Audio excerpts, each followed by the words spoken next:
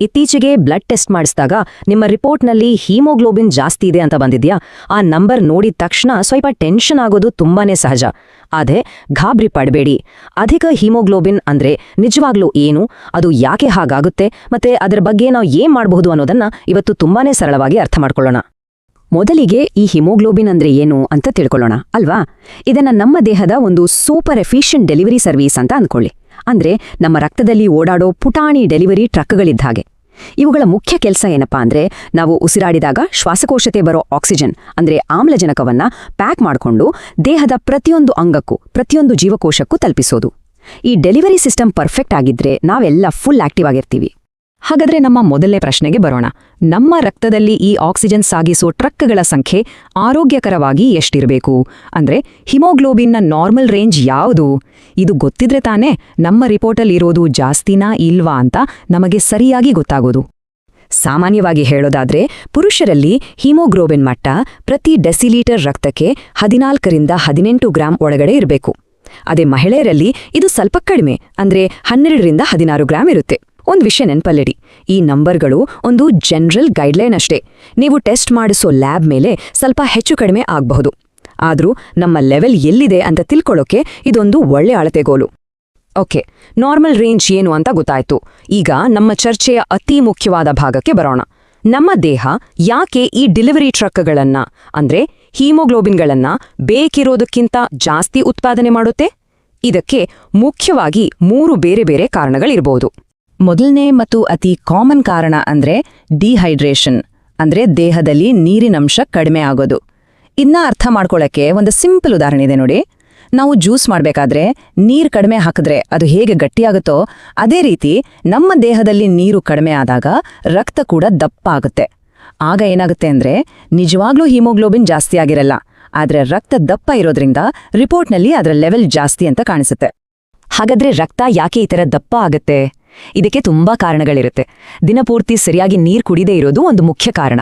ತುಂಬಾ ಬೆವತಾಗ, ವಾಮಿಟಿಂಗ್ ಅಥವಾ ಬೇಧಿ ಆದಾಗ್ಲೂ ದೇಹದಲ್ಲಿ ನೀರು ಕಡಿಮೆ ಆಗುತ್ತೆ. ಕೆಲವು ಔಷಧಿಗಳು ಮತ್ತೆ ವಿಪರೀತ ಸ್ಟ್ರೆಸ್ ಜೊತೆಗೆ ಅಧಿಕ ತೂಕ ಇರೋದು ಕೂಡ ಇದಕ್ಕೆ ಕಾರಣ ಆಗಬಹುದು. ಅದೇ ಇಲ್ಲೊಂದು ಗುಡ್ ನ್ಯೂಸ್ ಏನಂದ್ರೆ, ಹೆಚ್ಚಿನ ಕೇಸ್ಗಳಲ್ಲಿ ಚೆನ್ನಾಗಿ ನೀರು ಕುಡಿದು ಲಿಕ್ವಿಡ್ಸ್ ತಗೊಂಡ್ರೆ ಈ ಸಮಸ್ಯೆ ತನ್ನಿಂದ ತಾನೇ ಸರಿ ಹೋಗುತ್ತೆ. ಈಗ ಎರಡನೇ ಕಾರಣವನ್ನ ನೋಡೋಣ. ಇದು ಒಂದು ರೀತಿ ನಮ್ಮ ದೇಹದ ಒಂದು ಅಲರ್ಟ್ ರಿಯಾಕ್ಷನ್. ದೇಹದ ಬೇರೆ ಬೇರೆ ಭಾಗಗಳಿಗೆ ಸರಿಯಾಗಿ ಆಕ್ಸಿಜನ್ ಸಿಗ್ತಾ ಇಲ್ಲ ಅಂತ ಗೊತ್ತಾದ ತಕ್ಷಣ ನಮ್ಮ ದೇಹ ಒಂದು ಫ್ಯಾಕ್ಟರಿ ತರ ಕೆಲಸ ಮಾಡುತ್ತೆ. ನಮ್ಮ ಮೆದುಳು ಅಯ್ಯೋ ಆಕ್ಸಿಜನ್ ಸಪ್ಲೈ ಕಡಿಮೆ ಆಗಿದೆ, ಬೇಗ ಬೇಗ ಇನ್ನೂ ಹೆಚ್ಚು ಡೆಲಿವರಿ ಟ್ರಕ್ಗಳನ್ನ ಅಂದ್ರೆ ಹಿಮೋಗ್ಲೋಬಿನ್ಗಳನ್ನ ತಯಾರು ಮಾಡಿ ಅಂತ ಮೂಳೆ ಮಜ್ಜೆಡೆ ಆರ್ಡರ್ ಕೊಡುತ್ತೆ. ನಮ್ಮ ದೇಹ ಈ ರೀತಿ ಯಾಕೆ ಪ್ರತಿಕ್ರಿಯಿಸುತ್ತೆ? ಇದಕ್ಕೆ ಕೆಲವು ಕಾರಣಗಳಿವೆ. ಧೂಮಪಾನ ಮಾಡೋದು ಒಂದು ದೊಡ್ಡ ಕಾರಣ. ಯಾಕಂದ್ರೆ ಸಿಗರೆಟ್ ಹೊಗೆಯಲ್ಲಿರೋ ಕಾರ್ಬನ್ ಮೊನಾಕ್ಸೈಡ್ ಆಕ್ಸಿಜನ್ ಜಾಗವನ್ನ ಆಕ್ರಮಿಸಿಕೊಳ್ಳುತ್ತೆ. ಆಗ ದೇಹ ಆಕ್ಸಿಜನ್ ಕೊರತೆಯನ್ನ ನೀಗಿಸೋಕೆ ಹೆಚ್ಚು ಹಿಮೋಗ್ಲೋಬಿನ್ ತಯಾರು ಮಾಡುತ್ತೆ. ಇದಲ್ಲದೆ ಸಿಒಪಿಡಿ ಅಂತಹ ಶ್ವಾಸಕೋಶದ ಕಾಯಿಲೆಗಳು, ನಿದ್ದೆ ಮಾಡುವಾಗ ಉಸಿರು ನಿಲ್ಲುವ ಸ್ಲೀಪ್ ಆಪ್ನಿಯಾ ಮತ್ತೆ ತುಂಬಾ ಎತ್ತರದ ಪ್ರದೇಶಗಳಲ್ಲಿ ವಾಸ ಮಾಡೋದು ಕೂಡ ಕಾರಣ ಆಗಬಹುದು.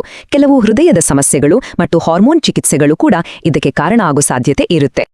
ಇನ್ನು ಮೂರನೇ ಕಾರಣ, ಇದು ಮೊದಲೆರಡನೇಗಿಂತ ಸ್ವಲ್ಪ ಗಂಭೀರವಾದದ್ದು. ಇಲ್ಲಿ ಸಮಸ್ಯೆ ಹೊರಗಿನಿಂದ ಬಂದಿದ್ದಲ್ಲ, ಬದಲಾಗಿ ನಮ್ಮ ದೇಹದ ಒಳಗಿನ ಸಿಸ್ಟಮ್ನಲ್ಲೇ ಇರುತ್ತೆ.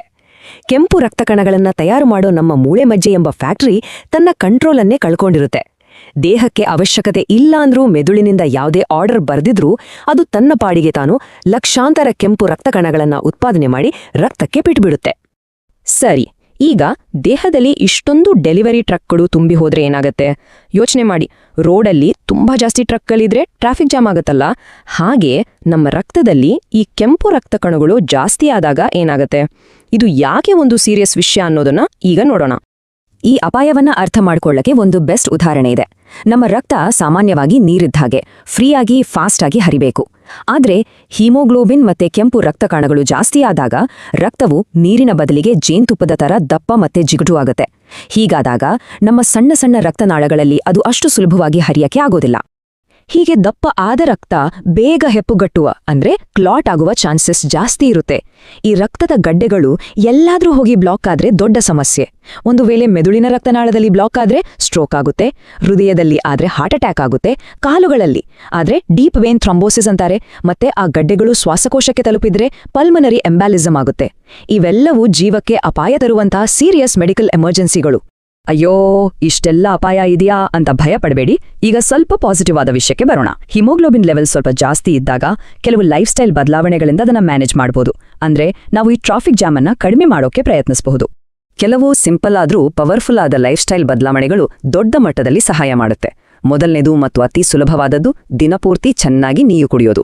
ಇದು ರಕ್ತವನ್ನು ತಿಳಿ ಮಾಡಿ ಟ್ರಾಫಿಕ್ ಕಡಿಮೆ ಮಾಡುತ್ತೆ. ಎರಡನೇದು ಸ್ಮೋಕಿಂಗ್ ಅಭ್ಯಾಸ ಇದ್ರೆ ಅದನ್ನ ಸಂಪೂರ್ಣವಾಗಿ ಬಿಟ್ಬಿಡೋದು. ಇದರಿಂದ ದೇಹಕ್ಕೆ ಹೆಚ್ಚು ಹಿಮೋಗ್ಲೋಬಿನ್ ಉತ್ಪಾದನೆ ಮಾಡೋ ಪ್ರೆಷರ್ ಇರೋದಿಲ್ಲ. ಸ್ಲೀಪ್ ಅಪ್ನಿಯಾ ತರಹದ ಸಮಸ್ಯೆ ಇದ್ರೆ ಅದಕ್ಕೆ ಸರಿಯಾದ ಟ್ರೀಟ್ಮೆಂಟ್ ತಗೊಳ್ಳೋದು ತುಂಬಾನೇ ಇಂಪಾರ್ಟೆಂಟ್. ಮತ್ತೆ ರೆಗ್ಯುಲರ್ ಆಗಿ ವಾಕಿಂಗ್ ಅಥವಾ ಸಣ್ಣ ಪುಟ್ಟ ವ್ಯಾಯಾಮ ಮಾಡಿದ್ರೆ ಬ್ಲಡ್ ಸರ್ಕ್ಯುಲೇಷನ್ ಕೂಡ ಚೆನ್ನಾಗಿ ಆಗುತ್ತೆ. ನಮ್ಮ ಊಟದ ವಿಷಯದಲ್ಲೂ ಕೆಲವು ಬದಲಾವಣೆಗಳು ಹೆಲ್ಪ್ ಮಾಡುತ್ತೆ. ನಮ್ಮ ದೇಹ ಹಿಮೋಗ್ಲೋಬಿನ್ ತಯಾರು ಮಾಡೋಕೆ ಕಬ್ಬಿಣದಂಶ ಅಂದ್ರೆ ಐರನ್ ಬಳಸುತ್ತೆ. ಹಾಗಾಗಿ ಐರನ್ ಹೆಚ್ಚಾಗಿರೋ ಕೆಂಪು ಮಾಂಸ, ಲಿವರ್ ಮತ್ತೆ ಐರನ್ ಸೇರಿಸಿದ ಸೀರಿಯಲ್ಸ್ಗಳನ್ನ ಸ್ವಲ್ಪ ಕಡಿಮೆ ಮಾಡೋದು ಒಳ್ಳೆಯದು. ಇದರರ್ಥ ಅವನು ಪೂರ್ತಿ ಬಿಡಬೇಕು ಅಂತಲ್ಲ, ಆದ್ರೆ ಮಿತವಾಗಿ ಸೇವಿಸಬೇಕು. ಅದರ ಬದಲಿಗೆ ಫ್ರೆಶ್ ಹಣ್ಣುಗಳು, ತರಕಾರಿಗಳು ಮತ್ತೆ ಕೆಂಪು ಮಾಂಸದ ಬದಲು ಚಿಕನ್ ಅಥವಾ ಮೀನನ್ನ ಜಾಸ್ತಿ ತಿನ್ನೋದು ಒಳ್ಳೆಯದು. ನಾವು ಇಲ್ಲಿವರೆಗೆ ಮಾತಾಡಿದ ಲೈಫ್ ಸ್ಟೈಲ್ ಬದಲಾವಣೆಗಳೆಲ್ಲ ಖಂಡಿತ ಹೆಲ್ಪ್ ಮಾಡುತ್ತೆ. ನಿಮ್ಮ ಹಿಮೋಗ್ಲೋಬಿನ್ ಲೆವೆಲ್ ನಾರ್ಮಲ್ ರೇಂಜ್ಗಿಂತ ಸ್ವಲ್ಪವೇ ಜಾಸ್ತಿ ಇದ್ರೆ ಮತ್ತೆ ಅದಕ್ಕೆ ಡಿಹೈಡ್ರೇಷನ್ ತರಹದ ಸಣ್ಣ ಕಾರಣ ಇದ್ರೆ ಡಾಕ್ಟರ್ ಸಲಹೆ ಮೇರೆಗೆ ಲೈಫ್ ಸ್ಟೈಲ್ ಬದಲಾವಣೆಗಳು ಖಂಡಿತ ಸಹಾಯ ಮಾಡಬಹುದು. ಆದರೆ ಒಂದು ವೇಳೆ ನಿಮ್ಮ ಹಿಮೋಗ್ಲೋಬಿನ್ ಲೆವೆಲ್ ತುಂಬಾ ಜಾಸ್ತಿ ಇದ್ರೆ ಅಥವಾ ನಿಮಗೆ ವಿಪರೀತ ತಲೆನೋವು, ಕಣ್ಣು ಮಂಜಾಗೋ ತರಹದ ಲಕ್ಷಣಗಳಿದ್ರೆ ಆಗ ದಯವಿಟ್ಟು ಸ್ವಂತ ವೈದ್ಯ ಮಾಡಕ್ ಹೋಗ್ಬೇಡಿ, ತಕ್ಷಣ ಡಾಕ್ಟರ್ ಹತ್ರ ಹೋಗ್ಲೇಬೇಕು. ಈ ವಾರ್ನಿಂಗ್ ಸೈನ್ಸ್ ಬಗ್ಗೆ ಸ್ವಲ್ಪ ಹೆಚ್ಚು ಗಮನ ಇರಲಿ. ಬಿಡದೆ ಕಾಡೋ ತಲೆನೋವು, ಇದ್ದಕ್ಕಿದ್ದಾಗೆ ದೃಷ್ಟಿಯಲ್ಲಿ ಬದಲಾವಣೆ, ಕಾರಣನೇ ಇಲ್ಲದೆ ವಿಪರೀತ ಸುಸ್ತು, ಮತ್ತೆ ಎಲ್ಲಕ್ಕಿಂತ ಮುಖ್ಯವಾಗಿ ಬಿಸಿ ನೀರಿನಲ್ಲಿ ಸ್ನಾನ ಮಾಡಿದ್ಮೇಲೆ ಮೈಯೆಲ್ಲ ವಿಪರೀತ ತುರಿಕೆ ಶುರುವಾದ್ರೆ ಇದು ಯಾವುದೋ ಗಂಭೀರ ಸಮಸ್ಯೆಯ ಲಕ್ಷಣ ಆಗಿರ್ಬೋದು. ಈ ಥರದ ಯಾವುದೇ ಲಕ್ಷಣಗಳು ಕಂಡ್ರೆ ದಯವಿಟ್ಟು ತಡ ಮಾಡಬೇಡಿ, ತಕ್ಷಣ ವೈದ್ಯಕೀಯ ಸಹಾಯ ತಗೊಳ್ಳಿ.